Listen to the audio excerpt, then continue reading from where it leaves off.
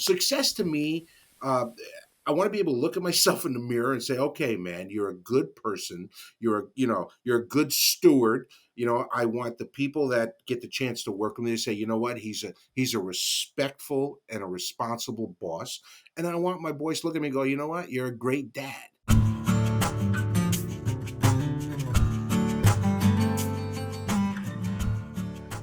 Hey, everybody, and welcome to the next episode of the Slow Smoke Business Podcast. I'm your host, Jared Morgan, and today I'm joined by my new friend, chocolate entrepreneur, Glenn Gardone. Glenn, welcome to the show. Thank you for having me. I appreciate it. I'm looking forward to getting a chance to sit and chat and, have a little pork. Glenn is letting us know what we're doing today. So we're doing pulled pork. As crazy as it sounds, I have never done pulled pork on the show, and I don't know why.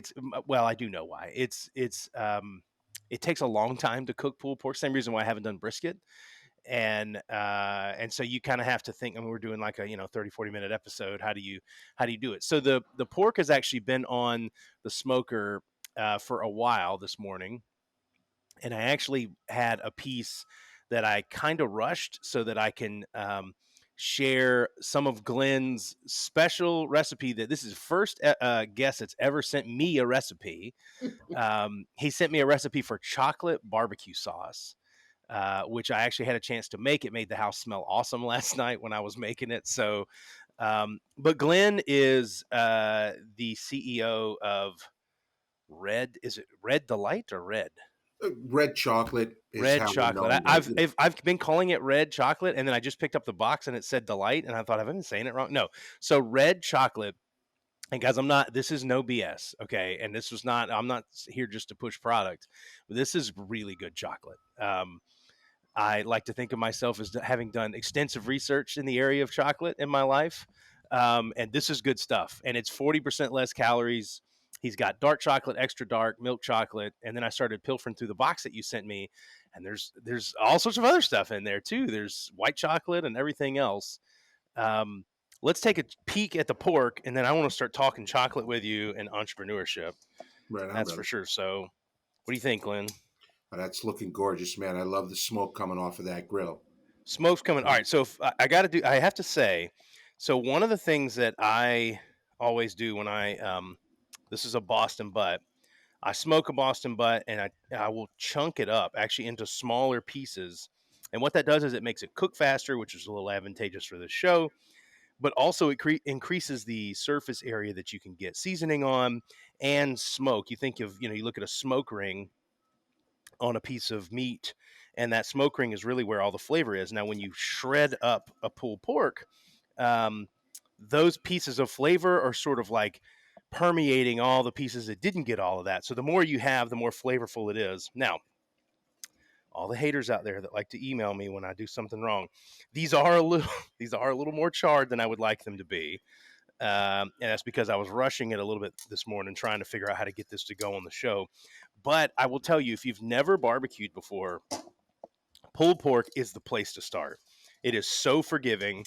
Like, it is a little charred on the outside. We're going to shred it all up, mix it all in. It's going to taste great. And that's what's great about pulled pork and doing a Boston butt is you can screw it up and it's still pretty awesome. Pulled pork starts at awesome. That's actually how I started my barbecue journey, as I like to say. So I did it with pulled pork. I had a friend who is what I would consider a connoisseur and just an amazing chef. And actually, he's been on our website because we have a chef series where people like to Oh, take wow. their different recipes and build and show how to use chocolate. Other than, hey, it's great when you eat it from the bar like you have in your hand. But the fact is, when you could design different things, and the reason most chefs like to work with Red is because it starts you here as opposed to a highly sweetened chocolate, which will make your overall dish funky if you're not looking for that Yeah. sweet flavor. So I love it.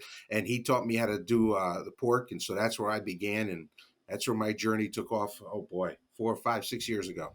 Wow. So I've got a piece here and I want to get into it so that people can understand that this is real talk. So it's done in these beautiful little, look like diamonds there, baby. Look like Diamonds. jewels, right? Mm-hmm. And this is the extra, God bless, that is so good. The extra dark, which I feel like that's an adult chocolate flavor. Like kids, they go for milk chocolate, but as you get a refined palate, as you get older, the dark is the way to go. And that is so good. And well, thank you, man. I appreciate that. What we try to do when Red launched, I guess I don't know, 14 years ago. We're in about 28 countries, and the whole idea is, we wanted to start with the view of the chocolate, the look of the chocolate, because you truly eat with your eyes first, if you think about it. And I always tell people, what is one of the most personal things in a person's life? What they put in their bodies. So, when somebody comes in and joins the Red family, as we call it, it's an honor for us because we love being part of people's worlds. This wasn't. Look, I've been in the business, in the food business, for almost 40 years, and I had those widgets, so to speak. As we'll talk about some of what I've done in the past. This was something that was important to me because I'm a type 2 diabetic. Oh Probably got wow. there because I'm an unapologetic chocoholic. So I am a constant label reader, constant. And I got to watch the carbs, I got to watch the sugars. So the opportunity to be able to bring this brand to life and to bring it to America was just it was an opportunity for me that was unparalleled. I was so excited about it. So I'm looking at the label now, and I'll be honest with you, I went straight to taste and stayed there. Like I didn't I didn't really get into the label part. I was happy with how it tasted and looked and didn't go any further.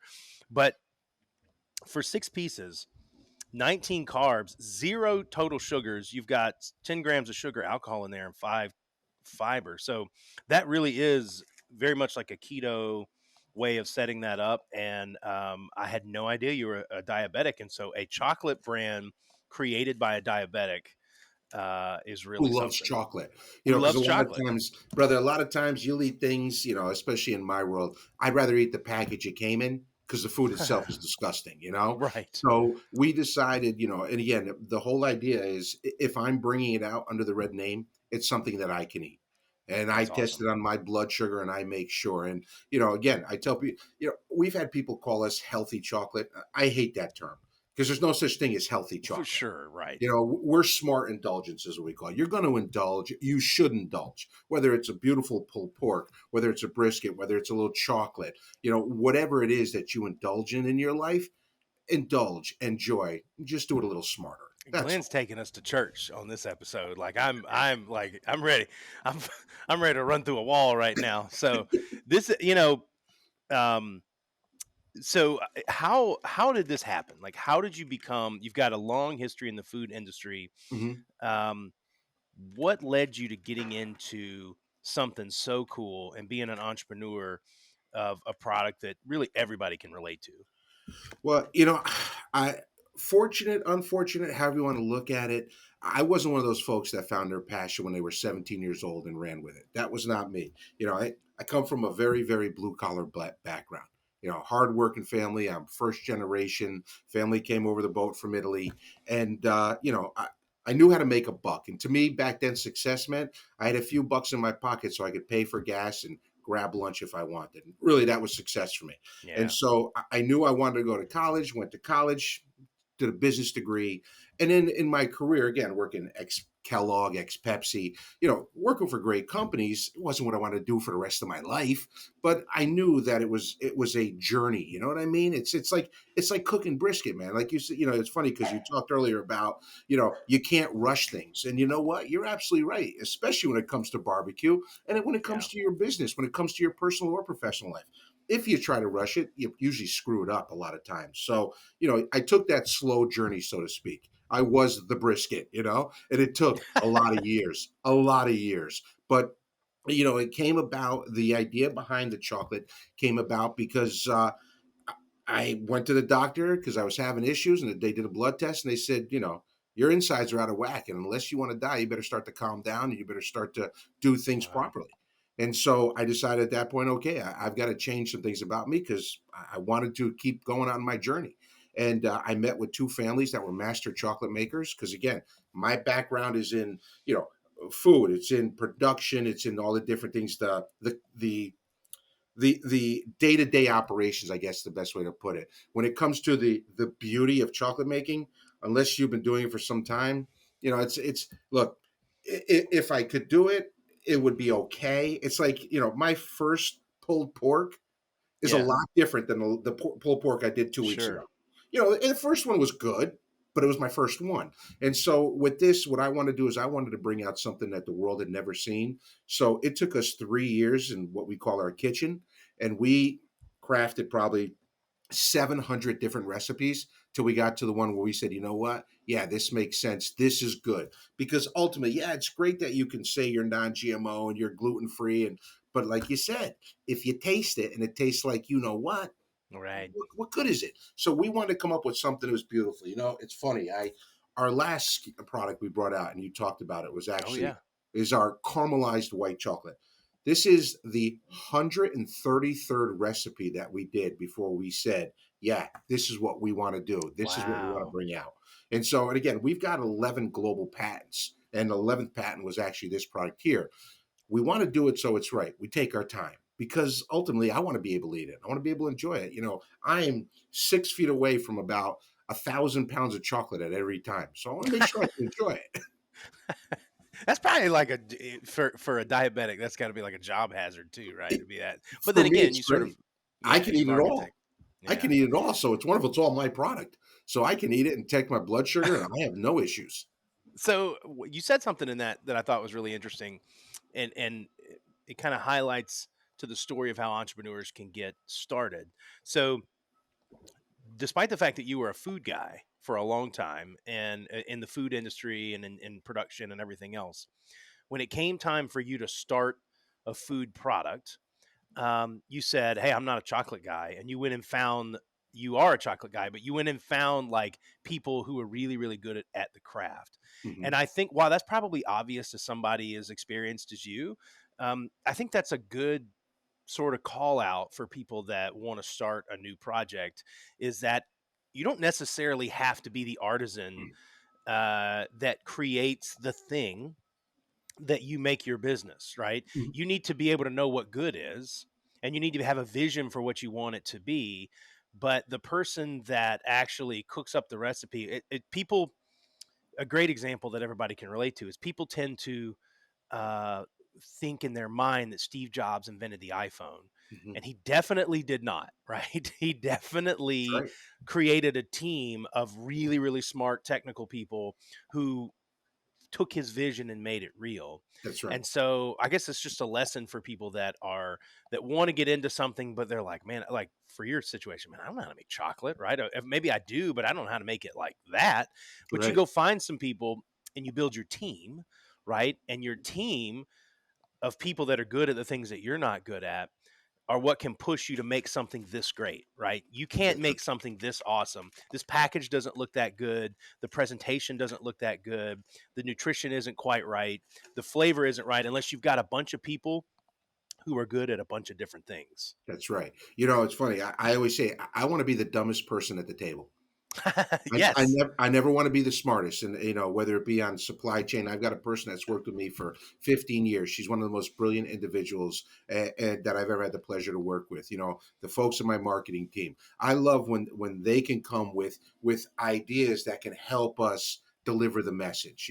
Again, the vision, as you said, I Right. had to come up with, and I knew what I wanted, and I knew how I wanted it to look and everything. But taking it from here to actual visible, it's real tough. And that's where I knew, okay, I'm not going to be able to do this properly. I need to get people that have the same type of passion that I do, because Right.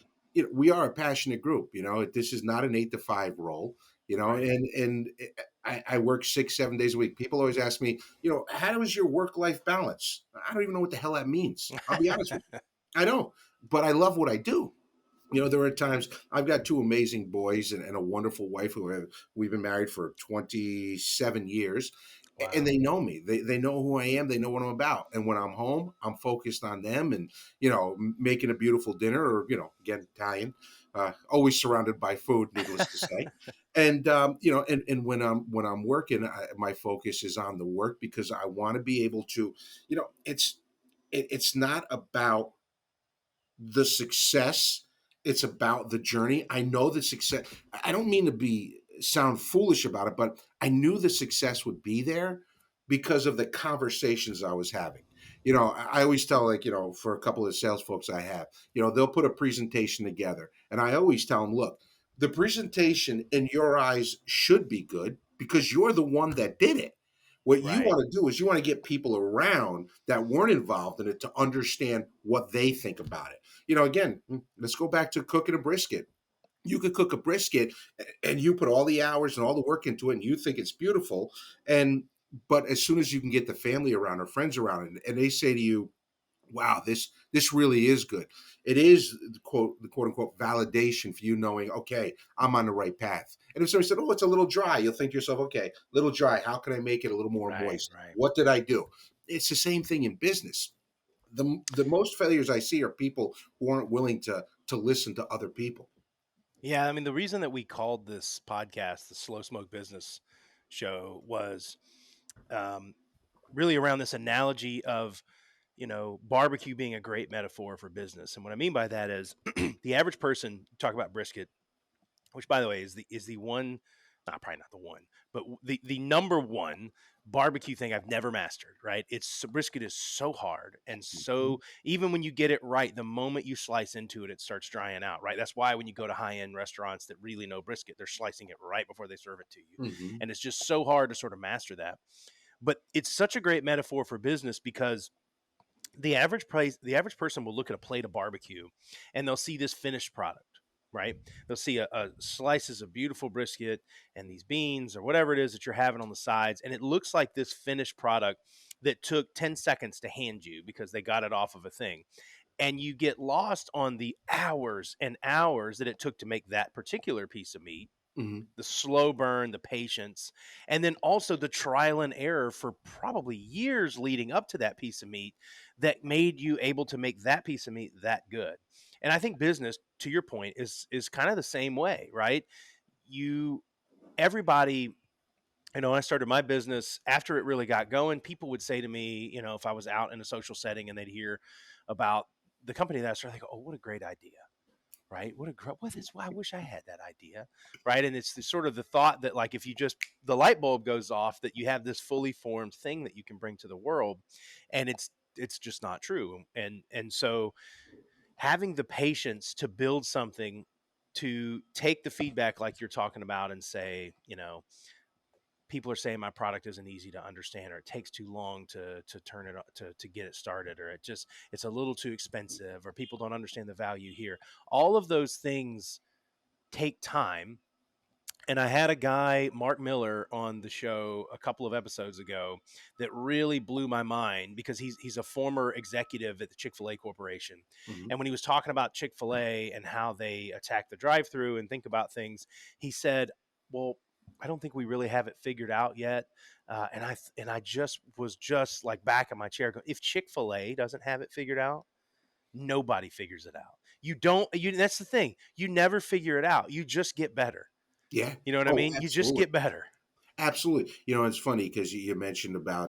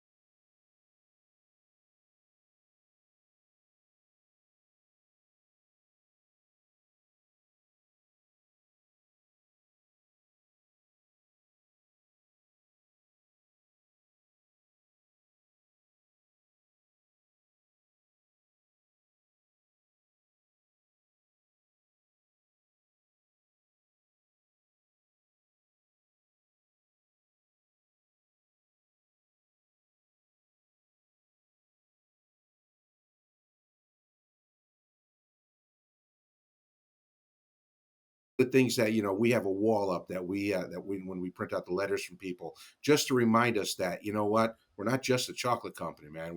We're on a journey here. We're part of people's lives, and it's pretty amazing. So it makes us want to be better constantly. Well, I think what's so cool about Red is Red Chocolate is you just you're not. I spent a lot of my career.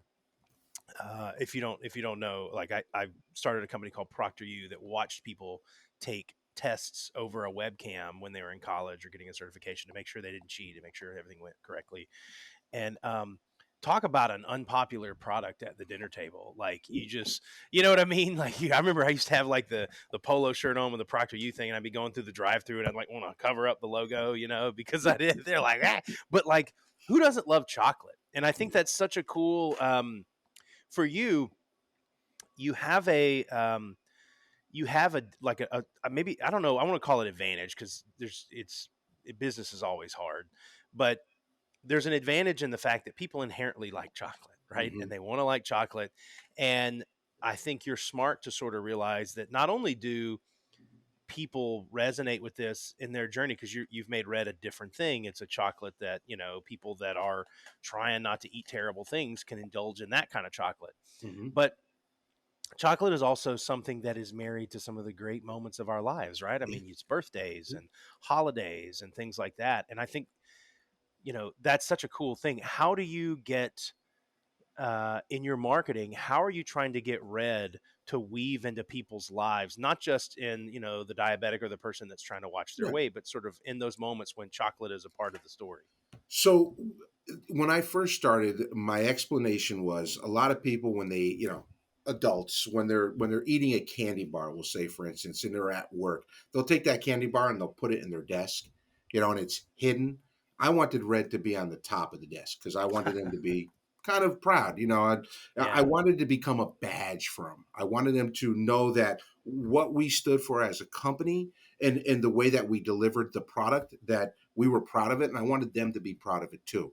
And so, I always laugh. I always say, I don't have a boss. I've got about 12,000 bosses, because I'll tell you right now, and it's amazing because the consumers truly feel that this is their brand and they are loyal to this brand. So if we try to do anything, oh, believe me, I hear about it. I hear about it loud and clear. I'll tell you a quick story. So I told you earlier, we're on the Home Shopping Network. We're actually the top chocolate sold on the Home Shopping Network. Wow. Yeah, we've been on for 4 years now since we Wow. started, and amazing partners. And come end of the month, we're actually on like 11 times in 7 days because we're starting to go towards the holiday time period. Yeah. And it's funny because when I'm on, we're talking about the brand and all, and so we finished up and did the segments about 10 minutes, and I walked off the set and I turned on my phone because, of course, you don't want to have your phone on, and the and all of a sudden, it was a note to call the office. So I called the office. Hey, what's going on? And they said, "Hey, there's this woman who called, and she wants you to call." I'm like, "Okay." So I call. It was her name. Her name was Anna, and so I call Anna. This is Glenn Gardone. She's like, "No, it's not." I'm like, "Yeah, Anna, it is. What do you mean?" She goes, "This is the Glenn Gardone that was just on TV." And I was like, "Yeah, why?" She goes, "Son of a," and I won't swear, but she's "son of a bleep." I was like, "Anna, what's going on?" She goes, "I just lost chocolate to my friend." I said, "What are you talking about?" And she said, "We were sitting here, we are watching you on TV, and you mentioned how you love talking to people who buy Red." And I said, I looked at my girlfriend, I said, "He's a liar. There's no way he'd ever answer his phone." And she said, "No, he looks like the kind of guy that would want to." She said, and so I called, left a message, laughed at her, and said, "He'll never call back." And here you are calling me back 5 minutes later. And so I laughed. I was like, "I'm sorry. I'm sorry to see that you had to lose chocolate." But again, that is the loyalty we have with our Red family. And I love it because it's fun. Look, my ultimate goal the whole time is to want to go to bed on a Sunday excited that I have to wake up on a Monday Yeah. morning. I mean, that's all. That's all. Yeah. My goals, of course, have changed throughout my life as I got older, throughout my career. From want a couple of bucks in my pocket so I can afford gas to want to wake up on I wake up on a Monday morning happy to go to work. And I work with an amazing team, and when I can get to come in and know that, hey, the things we're doing are a positive influence, it's pretty cool, man. It's pretty cool. I think it's such a great way of looking at it. By the way, I actually want to do something. I'm going to grab some pork that I pulled off early. So I said I chunked it up a little bit, and Glenn gave me something that I'm very fired up about, which is a recipe for chocolate barbecue sauce. And I didn't want the pork to get too cold while we were sitting here chatting. So I'm going to pick up. This is some stuff.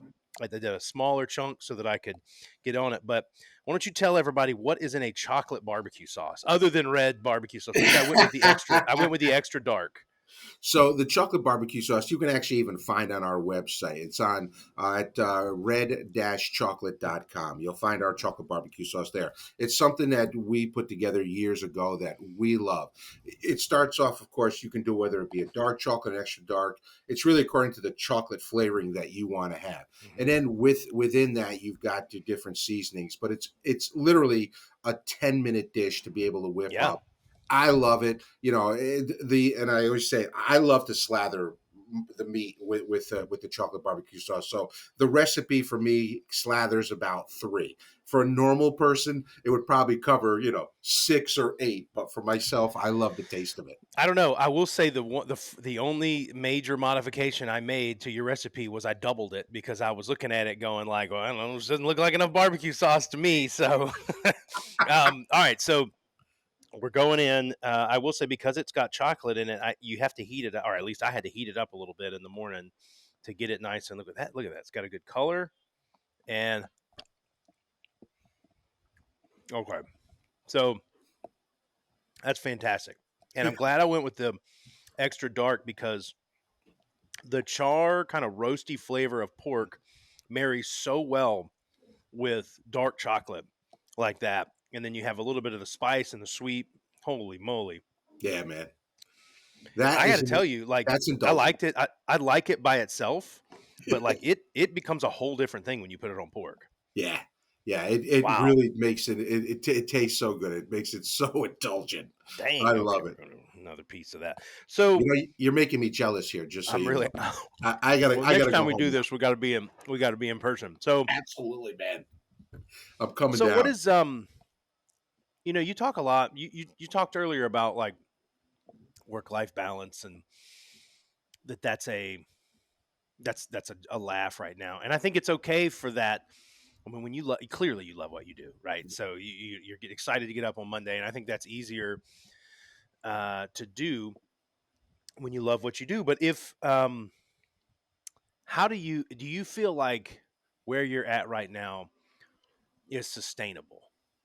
Like in terms of the level of effort that you're putting in 7 days a week, is that sustainable, or do you anticipate there being a shift at someday in the future? I think that every business has a mature maturity going through it. Again, we've been here in the U.S. for 4 years now. I am.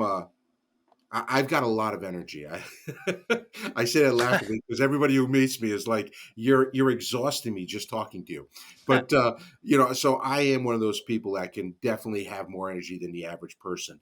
Um, I have pulled myself away from a lot of the different pieces of the business because I've got amazing people in place that do it and do it better than I could. So in the beginning, it's like which hat do I have to put on? And Right. so I'd wear that hat for the day or for the hour or for the moment, whatever it is. And now I've got a great team in place. So really, do I see it slowing down? I haven't slowed down in my entire career. I've always been the one, I always had the drive and the need to want to be successful in my mind. And I say in my mind because what I can consider successful, somebody may consider that's not successful. I Yeah. don't need the $100 million yacht. That's not what I'm looking for. That doesn't success to me. Uh, I want to be able to look at myself in the mirror and say, okay, man, you're a good person. You're a good steward. I want the people that get the chance to work with me to say, you know what, he's a respectful and a responsible boss. And I want my boys to look at me and go, you know what, you're a great dad. You did everything that I needed so That's that so I can good. be successful in life. So, Can I stop you for a second? Because sure. you were dropping some serious bombs here that are so good. Like that. element of understanding, having being dialed into your definition of success and not somebody else's is so healthy. And it's so cool to hear somebody like you say that, because I mean, you have a badass product here, and you have something that is clearly a lot of fun. Like chocolate be a fun is a fun industry to be in, I bet, right? I mean, It is. nobody's begrudgingly going to the chocolate aisle, right? And so I could see it'd be easy for you to just try to go to the moon, right? But I love your sort of defining success for yourself. Have you always been that way, or is that like a learned skill? Um, so I've had. I'm gonna go back to brisket. Um, Okay, I knew, but I wasn't good. And over the years, I've gotten better. You know what I mean? So I knew, had I in the past put myself up against others and felt I wasn't successful. Yeah, I definitely have. When I was younger, absolutely. I saw people, that had more than me, or so I assumed. And then as I got older and started to be comfortable in my own skin, I guess is the best way to put it, and knowing what I wanted to accomplish, it the goals became clear, and I think that's when I was able to find my passion. As we said earlier, I wasn't 18 years old and said, "This is what I need to do." It. right. My boys, I've got two boys. They're 25 and 24. When they were 15 years old, they knew what they wanted to do, and their entire focus was on that. And they're a decade later, and they're both well positioned to do what they want to continue to do.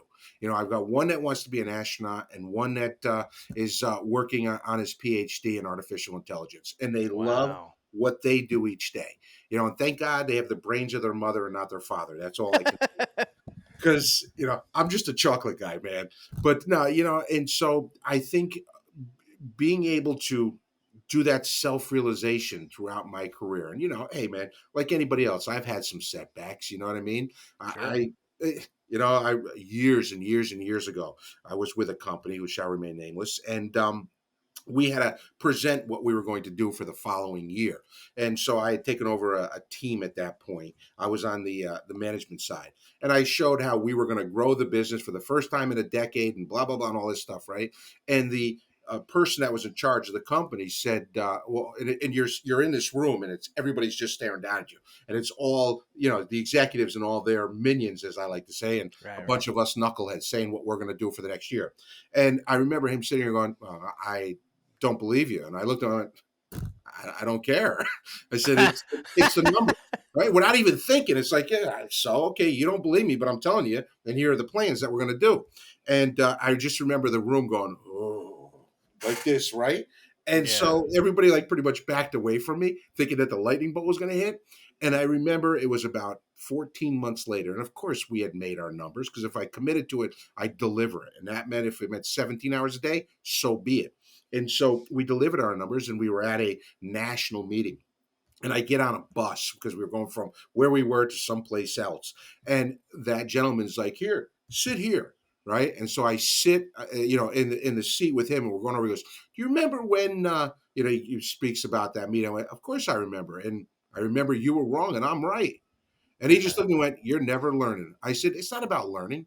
I said, "I committed. And when I'm committed, I'm committed." And that's the one thing that, no matter where I was in my life, I always wanted to be committed to what I wanted to do. It wasn't the fear of failure, it was the desire and the need to know that I'm being successful in my mind. That's always been important to me. Not only because of the responsibilities I had as a husband, as a father, as a human being, but Yeah. also just for me personally, because I wanted to be able to look in the mirror and say, "You know what? You're doing your best, man. You're doing your best." So you're in your chocolate era now, right? Mhm. You're doing your thing. Is there you've you've you've you've gotten yourself in a good position. Is there advice that you, Glenn of today, Red Chocolate Glenn, would love to give Glenn in his 20s Oh, on the start? Like, what would you say if you could go back in time and talk to younger how, Glenn? how much time we have left on the podcast? All you need, No. baby. This is the good question, right? This is where the good content comes from when you ask Yeah. a question like that. Yeah. You know what? There's a lot of things. Probably the first thing I would say is, it's okay to take a knee. you know, Mm, and because there were a lot of times where, I call it punching through the mud, because you just got to keep going and mm, keep going. We launched Red Chocolate 5 months before a global pandemic hit and shut everything down. And we could easily said, okay, fold the tents off. yeah, Circus is going somewhere else. But it's okay to take a knee, take a breath, but know that you need to get back up, because I didn't take enough knees back then. I kept just going through it and going through it, and forcing my way through the situation, as opposed to taking a knee, saying, "Okay, what's up?" Running it through my brain and saying, "Okay, here's what we should do, or here's what we should yeah, try and do," and going. So I would say that it's also part of that. You know, uh, Life is a marathon. Business is a marathon. It's not a sprint, right, which I kind of agree with. When you're starting a business, you are in a sprint, and it's a sprint to save. oh In the sure, in the early days, I remember telling folks, they tell me about different programs they're going to run and things that we want to do and how it would be great for next year. And I tell them, guys, for me to have a healthy tomorrow, I've got to have a healthy today. And so, I'm not, while 12 months from now it's important, let's worry about the next 3 months. And then right, what we did was we worried from the next three, and then we added 4 and 5, and so on and so forth. And now I can sit here and say, okay, I can look out 9 months and what are we going to do and how are we going to do it. But if I started that at the beginning, I'd have failed, for because we sure, wouldn't have been healthy. So, when you're an entrepreneur and starting up a retail store, it's important to understand your vision and what you're doing, but it's also important to have a healthy today so you can have it tomorrow. Because you right. could plan for tomorrow, but if today's not healthy, it's not going to come anyway. That's right. It's easy to, and in the tech industry, it's easy to find, because that's where I came from. It's easy to find money that makes you go, we're not going to worry about today. We're going to worry about whatever. But one of the things you said in there I thought was interesting was you launched this business and immediately went into a global pandemic. And what's so interesting about the history of business is that so many great businesses get started in the middle of economic crises. So many great businesses came out of my business came out of the Great Recession, right? Mhm. So many great businesses are going to come out of COVID. And the reason that I think that happens is because when when when luck is not just falling out of the sky, right? It forces you to make yourself a good, hardy, stable business. You have Mhm. to have a real product that people really see value in, and you have to have real margin and real returns and all of that. And if you do that, you end up building a solid business, because if you can survive in a global pandemic, then 6 years later, hopefully it's not 6 years, but like Mhm. when the market's really really good, right? Well, then certainly you can survive in that environment, right? Mhm. Because you were able to survive when things are tough. Yeah, and you know what? I think it all has to do too with the your intestinal fortitude, but then also the people you surround yourself with. And when I say people you surround yourself with, if you're an entrepreneur starting out, this is not payroll people. This could be family members, this could be friends, people that you can lean against, and you could get that hand on the shoulder, so to speak, to say, okay, don't worry. We can help or whatever. When we went into the pandemic here, and I told you my supply chain person's been with me for 15 years. My lead of my marketing has been with me for over a decade. And I remember we were probably a week into it, and nobody knew what was going on. And I got a call from my head of supply chain, and she said, "Hey, we're going to go into the office." I said, "What do you mean?" She said, "Well, we got to ship product." I'm like, "Well, hold on, hold on. We don't know what's happening here. I'm going to go in with you because I need to make sure that everybody's okay. Because first and foremost, we got to make sure that people are safe." And so we came in, her group came in, and we were slowly doing things to get product out the door. We were here for probably 2 or 3 days, and I get a call from my marketing person. And she said, "Hey, I heard you're in the office." And I told her why we were in the office and all. And she said, "Well, I spoke with the team. We're coming in." I'm like, "No, you could do the marketing from there." She goes, "No, we're coming in to help the supply chain team. We know Wow. we can help you." And together as a team, we were able to, it's funny. People always ask me, what do you think about culture? What about culture? And I tell people all the time, you want a simple culture test? Here's a culture test for you. You get whoever is working with you. You throw a couple of pizzas down on the center of the table. If they grab the slice of pizza and they run off to their individual sections, you don't have a good culture. Mm. If they sit there and chat while they're eating pizza and they're talking about business or they're talking about personal, you've got a good culture. You got people that want to sit and talk with each other. And it's the easiest way to learn what your culture is like. I like that. I've said all the time, like culture is really a big piece of the puzzle as you're building a team, and culture is like blood pressure. Like Yeah. if you're not, even if you don't measure it, you have one, Yeah. and so people that if you're not intentionally looking at your culture, you probably don't have a good one. That's You right. might, but Yeah. that gets harder and harder. And I think that's been the frustrating thing. Cause I had a long career with the business that I started. I was with it 15 years. And so it was like 7 different businesses in that time span. Right. And every time we would go through this big inflection point and new people would come in and new leadership or new investors or new whatever, right. Mhm. There would always be this moment where lots of change would happen. And I would always start trying to impress upon people. I say always, I would most of the time would start trying to impress upon people that you have to be mindful of culture and culture changes and that change kind of throws a bunch of dust in the air. And but the times when we have been the most effective, and I think this is true in any organization, are the times when you can point to a very healthy culture and Mhm. really really talented people. They say the right people on the bus in the right seats, and everybody's sort of all aiming in the same direction. Mhm. That's when the magic happens, right? That Agreed. that is when an organization can really do some great things. It's I you can go something as simple as rowing. If you think about a bunch of people in a boat and everybody's rowing at the same speed, you think about those teams because it works great. But if you've got one person that's doing this while Yeah, the rest of us are rowing, it's going to screw up the momentum. So you're that's you're right. 100% correct. And a lot of times I got to make sure I'm not the one that's rowing Yeah, really fast. That's me though. So, but no, that's I right. I, I couldn't agree with you more. Absolutely. So, Glenn, it's been a delight talking to you today, and an easy thing to talk to a chocolate. I'm going to eat one more piece of chocolate because I'm trying to tell these people that this is really good stuff. You know what I love about red chocolate? Um, it doesn't like most of the, like if I was to go get, I'm not going to name drop another brand, but if I was to go get standard chocolate bar off of the grocery store shelf and pop a piece in my mouth, it would feel like I'm eating something I'm not supposed to. Yeah. This does not feel like that. Right? It feels like you're eating something really nice and decadent, but it doesn't feel like, oh, I better go do some sit-ups, or it just doesn't feel it feels right. Yeah. Is that's what I'm trying. It feels right. And I thank you for that. We worked really hard at that.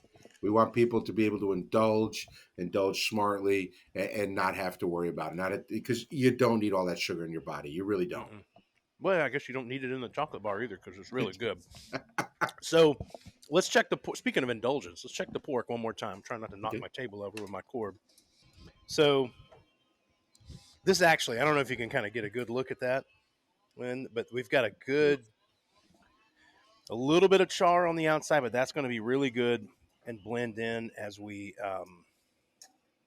This is the section with the bone in it right here. As we sort of shred that up, Mhm. I've always thought that pulled pork is really, really good when you first take it off of the smoker, and then probably the second best is the next morning. Yeah. Like you put it in a container, seal it up, let all those flavors kind of marry overnight, all that like smoke and seasoning to kind of permeate all the little. I mean, I'm getting hungry talking about this. So Brother, you're killing me, man. You're killing we me. got to have It's some. so So true. what's guess what's for lunch today? Some pork with some chocolate barbecue sauce and some red chocolate bar for dessert. Right on. Glenn, you're a delight, man. Thank you so much for being here. I'm a big fan now. Thank you for sharing the chocolate with everybody. And if somebody wants to get their hands on some of this awesome chocolate, where can they find it? So for you guys and for everybody watching, so I want you to use the code slow smoked, and you're going to get Whoa. 25% off. You can go to red-chocolate.com and take a look at everything. And I want to thank you so much for letting me be on with you. I love your podcast. I'm a big fan of it. Thank The you. I'll tell you right now, brother. The pork looks phenomenal. I wish I was sitting with you in your studio because I'd be sitting here enjoying it with you. And I got plenty more red to bring you, so not to worry Come about on, that. baby. Well, listen, let's set up something in the future where we can have you here in person and we'll dive in. You know what I've always wanted to do, and you are the guy to do this with me, by the way. I have never in the history of the show made a dessert. And I've always I've thought like a chocolate chip cookie Mhm. with some good chocolate in it on a skillet in a smoker would be a fun experiment. So maybe that's foreshadowing of what the future episode probably needs to look like. So, brother, I have got the recipe for you that is going to knock your Come on. socks off. All right. So we're going to break new ground. The first slow smoke dessert on the show. I'm fired up. Glenn, thank you, man. My man, you are you're so fun to talk to and so easy to root for, by the way, too. So Thank you. everybody go out and make sure your holiday season is filled with some red chocolate. Glenn, thank you for being here. Guys, if you got something valuable from this episode, and I'm sure that you did, would you please share it with somebody that you think would also find it valuable? If you could go on social and like us, share it with friends, give us a 5-star rating, a thumbs up, whatever the platform's asking you for. We would greatly appreciate it. Glenn, the chocolate's got me all choked up over here. Sorry about that, but it's great to have you here, buddy. And we will see you next time.